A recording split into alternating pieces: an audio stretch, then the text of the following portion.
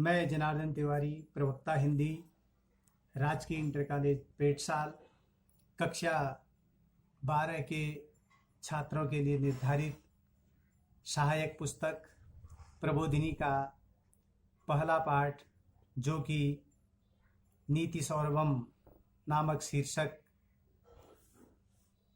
में दिया गया है। इसके श्लोकों की व्याख्या प्रिय विद्यार्थियों के लिए प्रस्तुत करता हूँ। पहला श्लोक है, हे जिह्वे कटुक स्नेहे मधुरम किम न भाससे मधुरम वद कल्याणी लोकोयम मधुर प्रिय। जीव को संबोधित करते हुए कवि कह रहे हैं कि हे जिह्वा, कड़वे से प्रेम करने वाली, तुम मीठा क्यों नहीं बोलती हो? मीठा बोलो। हे कल्याण करने वाली जीव, तुम मीठा बोलो, क्योंकि यह संसार मीठे से ही प्रेम करने वाला है। अर्थात हर व्यक्ति जो है, हर इंसान मीठा पसंद करता है। दूसरा श्लोक, यस्य कृतं न जानन्ति मंत्रं वा मंत्रितं परे कृतमेवस्य जानन्ति स वै पंडित उच्यते। इसकी व्याख्या है कि यस्य कृतं न जानन्ति, जिसके कार्यों को नहीं जानते हैं, मंत्रम वा मंत्रितं परे, विचार, जिसके कार्य के विचार को अथवा विचारे गए को निश्चय करके भी हम नहीं जान पाते। प्रयत्न करने के बावजूद भी हम जो है उसको नहीं जान पाते हैं और उसका कार्य जो है पूरा हुआ ही देखते हैं।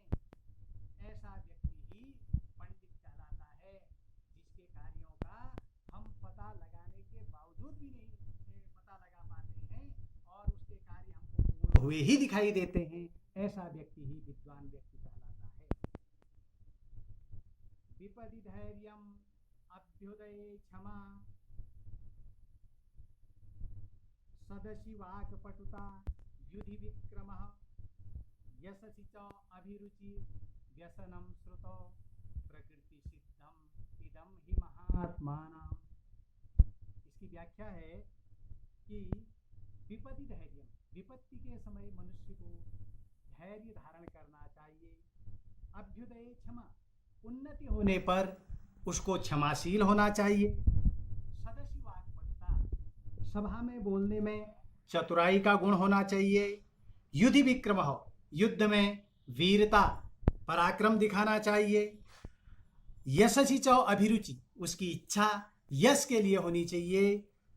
व्यसनम श्रुतो, उसकी आदतें वेद शास्त्रों का अध्ययन करने के लिए होनी चाहिए। प्रकृति सिद्धम इदं हि महात्मानाम्, निश्चय ही ऐसी प्रकृति, ऐसी आदतें महात्माओं की होती हैं, जिन्हें ग्रहण करना चाहिए।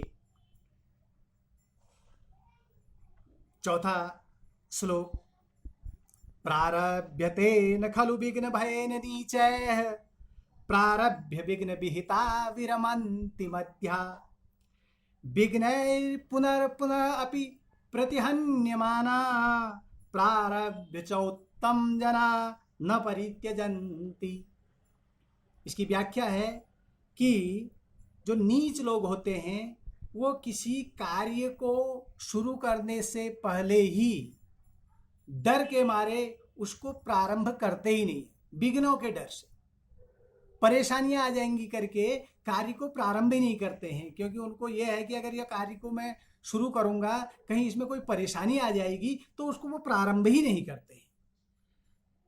प्रारभ्य विघ्न विहिता विरमन्ति मध्या, और जो मध्यम प्रकार के लोग होते हैं वो कार्य को प्रारंभ तो कर देते हैं, लेकिन विघ्नों के आने पर उसको जो है बीच में ही छोड़ देते हैं, बीच में ही छोड़ देते हैं।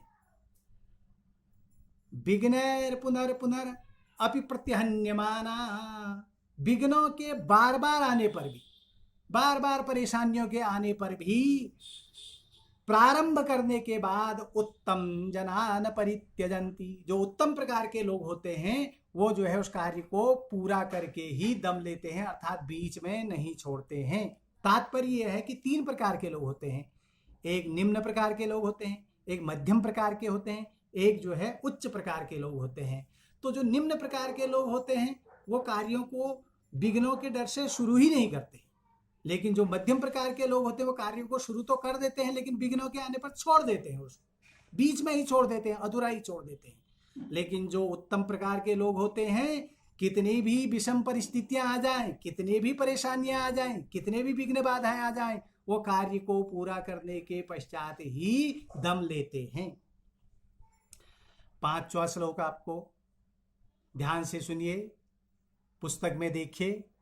रे रे चातक सावधान मनसा मित्र क्षणं श्रूयताम् अम्बोधा बहवो हि सन्ति गगने सर्वेऽपि नैतादृशा केचिद् वृष्टिभिरार्द्रयन्ति वसुधा गर्जन्ति केचिद् वृथा यं यं पश्यति तस्य तस्य पुरतो मा ब्रूहि दीन बच। तो यहाँ पर जो है अन्योक्ति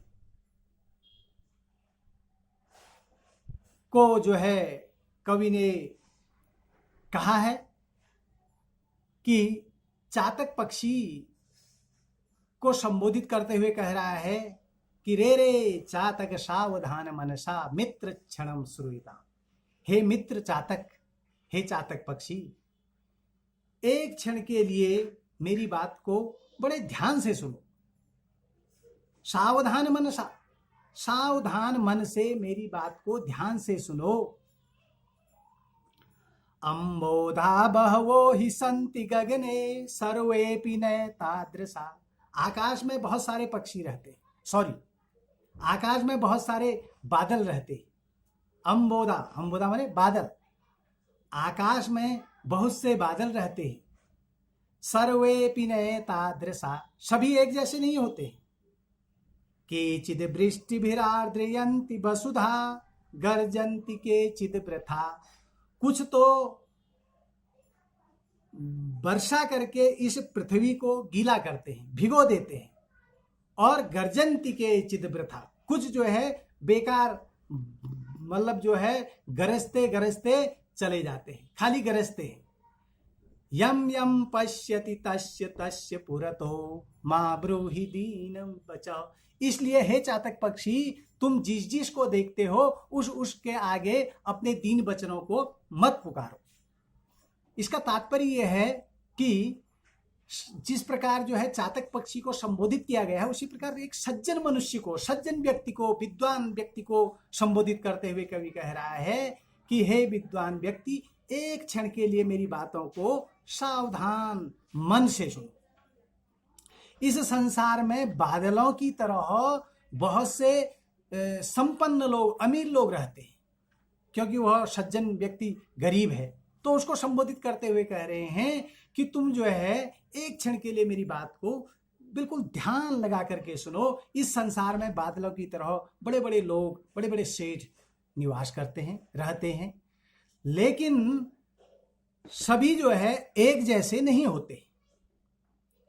कुछ लोग तो जो है मांगने पर दे देते हैं, लेकिन कुछ लोग जो है उन पर कोई असर ही नहीं पड़ता है, और भी जो है मजाक बनाकर चल देते हैं। इसलिए सब लोगों के आगे, सारे सेठ लोगों के आगे, अमीरों के आगे तुम अपने दीन वचनों को मत पुकारो, अपनी गरीबी का बखान मत करो, क्योंकि वो जो है सुनेंगे और तुम्हारी हंसी उड़ाकर चल देंगे। इसलिए कहा भी है कि मांगो उसी से जो दे दे खुशी से, कहे ना किसी से।